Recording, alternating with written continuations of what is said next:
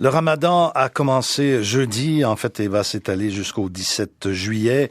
Ce mois de jeûne, d'introspection, de compassion pour les plus pauvres, de dévotion religieuse accrue, une tradition plus que millénaire, un rite annuel qui, comme d'autres règles et coutumes, peut être parfois assez difficile à comprendre quand on n'est pas musulman. C'est pour démystifier les croyances et la pratique de l'islam que que plusieurs dizaines de Canadiens ont choisi depuis le mois de mars de participer à une campagne qui en anglais, c'est né d'abord au Canada anglais, se dit Meet a Muslim Family, faites la connaissance d'une famille musulmane.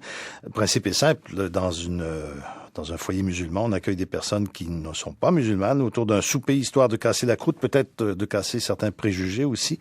Une campagne qui est organisée par la communauté Ahmadiyya, une petite communauté musulmane qui a aussi pris la parole publiquement récemment, disant vouloir défendre la paix et lutter contre la radicalisation. Certains des membres, d'ailleurs, sont rendus dans des campus pour prévenir l'embrigadement des jeunes dans le djihad. Notre collègue Myriam Fimbry faisait partie des convives qui ont partagé un repas et leurs idées à Montréal mardi dernier. Voici son reportage.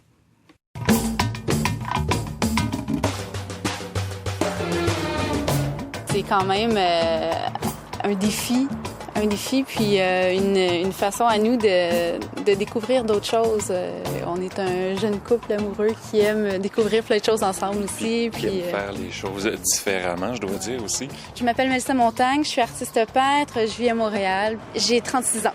Je m'appelle Nicolas Desormeaux, je suis charpentier menuisier, artisan récupérateur. Aller chez des gens comme ça pour cette occasion-là, dans une famille musulmane, mais là c'est un couple musulman, j'ai compris, je pense qu'il n'y avait pas d'enfants. Donc c'est génial pour nous de découvrir une culture que nous on connaît pas.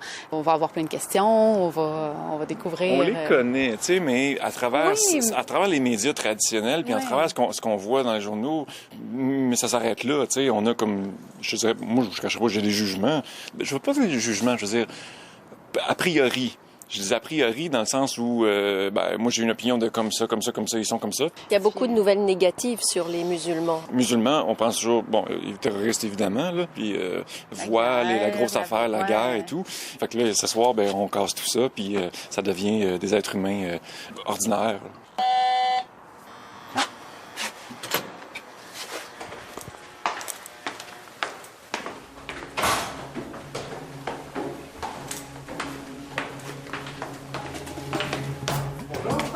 Salut! Allô! Eric! Allô, Mélissa! Bienvenue! Bonjour! Salut, Eric, enchanté! Ça va bien? Allô, enchantée! Ça va bien? Comment? Agnès. Agnès? Allô, Mélissa! Enchantée! Mélissa. Oui.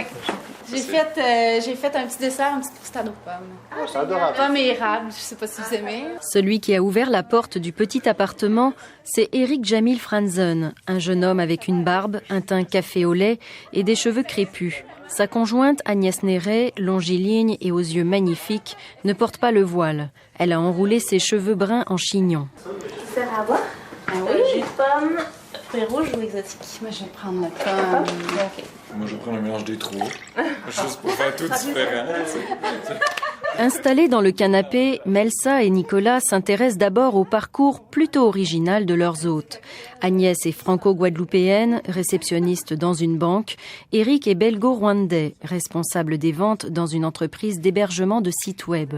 Les deux se sont convertis à l'islam il y a 4 ans. Je suis très inquiète. Parce que je connais de la religion, je pense te connaître bien, mais je connais pas tout.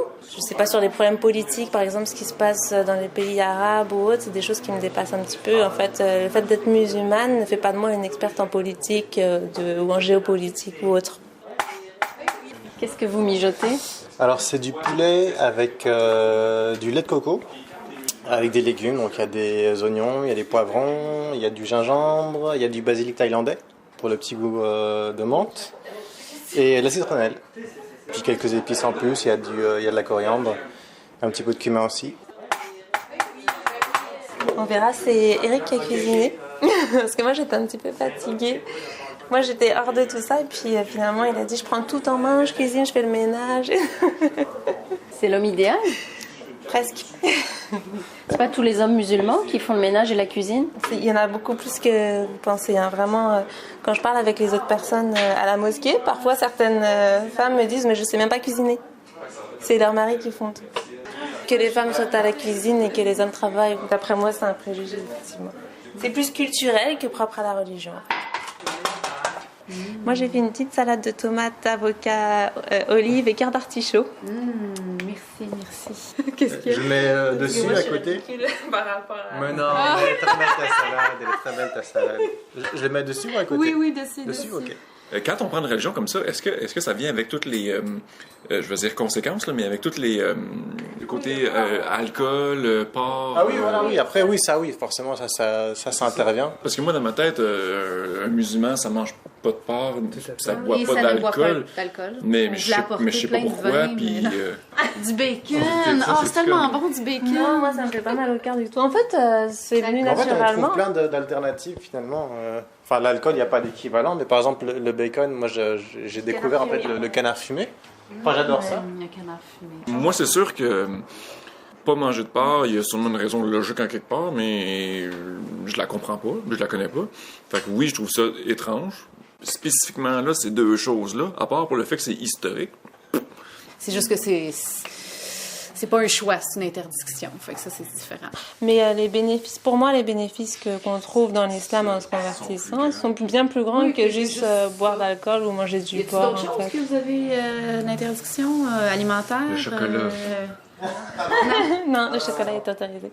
Par exemple, pour l'alcool, je suis capable de répondre. Il y a certaines personnes qui arriveraient moins bien à se contrôler. Enfin, en gros, ce serait une règle globale pour aider l'homme à éviter ce qui peut lui nuire, tout simplement. Moi, je vois ça comme ça. De plus être maître de ses gestes et puis de faire des choses qu'on regretterait peut-être aussi de faire par la suite. On ne juge pas du tout les gens qui boivent, ou parfois on côtoie même notre famille, il y a des personnes qui boivent du champagne à Noël ou autre, et puis nous on boit notre verre de jus et puis c'est tout, et ça ne dérange pas.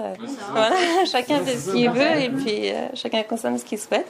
Et personne, voilà, dans le respect. Exactement, comme il y a des végétariens, mon père est végétarien, il ne mange pas du tout de viande, et puis voilà, donc moi c'est juste le porc que je ne mange pas, à la rigueur par rapport à lui, je suis moins difficile. C'est comme si c'était une allergie aussi. Oui, voilà. Les gens ont soif de comprendre, de savoir, et ce qui est important, c'est de permettre une discussion sensée, une discussion franche, mais tout en respectant le point de vue de chacun. Khalid Butt est d'origine pakistanaise. Il s'est invité lui aussi à la table d'Éric et Agnès. Chercheur dans l'aéronautique, c'est lui qui organise au Québec ces soupers entre musulmans et non-musulmans. Une idée de la communauté Ahmadiyya au Canada, un groupe qui compte environ 25 000 membres au pays. Il faut créer des liens et on n'a pas d'endroit ou de moyens où on peut justement apprendre des choses de façon beaucoup plus informelle, sans aller lire des affaires ou aller entendre un expert à l'université ou quoi que ce soit. Donc, moi, je veux comprendre comment vous vivez, vous voulez comprendre comment moi je vis. Ça permet justement un échange d'informations qui est beaucoup plus direct, beaucoup plus véridique. Ça a l'air plus vrai, tu sais. Le Ramada, ça, c'est l'absence de... c'est quoi déjà? Là, c'est combien de points au Scrabble? Oui, c'est ça. C'est que de là, c'est courant, il n'y a pas de X, il n'y a pas de Y, il n'y a pas de Z non plus. Il y a beaucoup de A, par exemple. Ouais, il faut avoir beaucoup de A, sinon Ben, en fait, Ramada, c'est la fête officielle du musulman. En fait, c'est la période de l'année en fait, la plus importante pour les musulmans. C'est les 30 jours en fait, de jeûne. Okay. Demain matin, on va se lever vers 3h. Et si vous nous expliquez vite, qu'est-ce qu'il y en est du Ramada durant combien de temps? Puis... Donc ça dure en fait une période de 30 jours. Okay. Donc on se lève en fait, donc on reçoit en fait un horaire, donc il y a des heures en fait fixes auxquelles il faut se lever. Et en fait le principe en fait du jeûne, c'est ne pas manger en fait entre l'aube et le coucher du soleil. Pas manger, pas manger rien. C'est ça, exactement, pas boire non plus. Faut juste avoir le courage, et puis c'est vraiment une question de discipline, c'est vraiment une question de spiritualité aussi, en fait, vraiment de... Mais si, supposons que tu te sens pas bien parce que tu penses qu'il faut que tu manges ou tu boives de l'eau... Bah, si tu te sens pas bien ou si tu es malade, tu le fais pas, tout simplement. C'est vraiment pas indiqué de le faire si tu te sens, si tu es malade. Le but, c'est pas de se mettre dans l'embarras, c'est pas non plus de nuire à ton travail. Un des buts, c'est aussi pour d'épurer ton corps. Ça fait du bien au corps, en fait, ce jeûne. Et en fait, le vrai but, c'est le but spirituel, ça permet de te rapprocher de Dieu. Et c'est durant ce mois-là que les musulmans donnent plus de charité. On prend conscience des gens qui n'en ont pas assez, soit qui ont faim ou qui manquent de choses matérielles. Et ça permet d'être beaucoup plus conscientisé à ça. Donc, si, par exemple, une personne ne peut pas jeûner physiquement, il est conseillé que cette personne donne en charité ou nourrisse une personne qui ne peut pas manger. Okay. En retour de son jeûne qu'il a manqué. Donc, c'est un autre aspect du Ramadan. Et c'est un aspect spirituel, mais qui est très, très concret parce que tu aides ton prochain. Donc, c'est pour ça que c'est un mois important. Puis, dans les pays musulmans ou à majorité musulmane, la société, le rythme change automatiquement. Parce que, les exigences physiques du jeûne font que tu peux pas fonctionner au même rythme. Mais ça permet aussi d'être beaucoup plus spirituel, beaucoup plus contemplatif de sa personne. Et de ce qui l'entoure aussi. C'est juste ça. Parce que le jeûne, c'est pas quelque chose d'unique à l'islam. Ça se fait dans différentes religions, les catholiques, les juifs, les hindous. Ils le font de leur façon, mais cette idée d'une discipline, restriction qu'on se donne, existe dans toutes les religions. Ça, c'est un dessert pakistanais. C'est des boulettes de crème et de farine. Et c'est dans du lait, avec des amandes, pistaches. Au dessert, la discussion aborde un peu plus tard le port du voile. Agnès est musulmane, mais elle a choisi de ne pas le porter. Question de Nicolas Desormeaux. C'est quoi, c'est une autre branche, dans le fond, de l'islam? Non. C'est vrai qu'il a indiqué dans la religion musulmane de se couvrir la tête. Mais après, c'est libre à chacun. Personne n'est obligé de rien, en fait. D'après moi, donc moi, c'est entre moi et Dieu.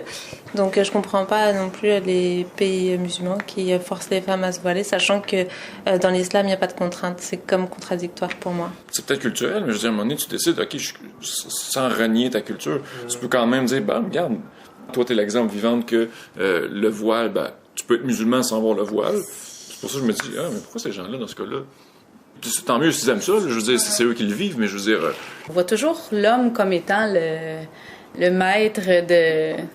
En tout cas, moi, j'ai pas vu beaucoup d'égalité de ce qu'on nous a montré. Nous autres, on vous voit, puis... on n'est pas des seuls, on n'est pas des exceptions. Même, moi, je connais tout un tas de femmes voilées. La plus toutes, en fait, le font par choix et pas parce qu'on leur a imposé. Au contraire, elles le vivent bien, comme moi, je vis bien ma décision. Elles vivent bien la leur. C'est sûr. Parce qu'on les considère en fait souvent comme des victimes qui ont été forcées. Oui, comme si c'était des femmes qui pas intelligentes, pas éduquées, à qui on a retourné le cerveau. Avant le souper ici, j'avoue que je le pensais un peu comme quoi que les femmes étaient un peu plus soumises, étaient presque obligées d'avoir un voile, que c'était pas par choix nécessairement. Je peux démystifier ça. Donc ça brise le cliché qu'on voit à TV. Puis ce sont les violences qui sont évoquées, celles que l'on voit aussi à la télé. Les actes commis au nom de l'islam, attentats, lapidations, exécutions, guerres. Tout ceci paraît bien loin de la religion de paix de Khalid Butt, qui est à l'origine de ce repas interculturel entre Eric, Agnès, Nicolas et Melsa.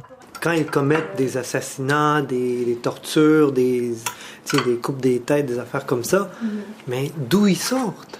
On ne reconnaît pas, on ne sait pas de quel islam ils parlent. Fait que vous êtes poignés à être obligés de justifier et de vous défendre tout le temps, en fait. En fait, c'est ça. Ça arrive souvent, malheureusement, oui. Oui, parce que les gens pensent que c'est l'islam. Puisque ça s'appelle l'État islamique, alors les gens pensent que ce que font ces gens-là, en fait, des terroristes, en fait, c'est propre à l'islam. Alors que c'est tout l'inverse. C'est une espèce de détournement de religion, tu sais. C'est quand la religion et la politique, finalement, se mêlent et puis ça devient un amalgame. Mais pour moi, c'est juste de la politique. C'est récupérer la religion et s'appuyer sur la religion pour faire des choses. C'est en s'éduquant, en travaillant sur l'éducation, sur la connaissance de l'autre, qu'on va arriver à réussir à vaincre ce mal-là. Et la même chose pour les jeunes musulmans, ce serait qu'on arrive à les éduquer sur qu'est-ce qu'est l'islam et non ce qu'ils entendent sur des vidéos YouTube, sur la propagande qui est sur YouTube, sur Internet. Ça, c'est mauvais. Et c'est ça qu'il faut dénoncer. Et le plus fort qu'on peut le dénoncer, le mieux ça sera. Il y a des groupes dans plein de pays qui sont en train de se battre pour les droits, soit des femmes ou des droits de l'homme en général, et il faut les soutenir. J'espère que, comme dit Khalid, en communiquant avec ce genre d'initiative, avec des gens ouverts aussi comme vous, c'est comme ça qu'on fait avancer les choses, je pense. C'est ça. Est-ce que vous pensez que vous allez vous revoir? Ah, mais pourquoi pas? Avec plaisir pour continuer la discussion ou pour parler d'autres choses. Je vous inviterai dans mes vernissages. Ben ouais. Oui, oui, volontiers. Ça vous intéresse? Ah oui, bien sûr, ça nous intéresse.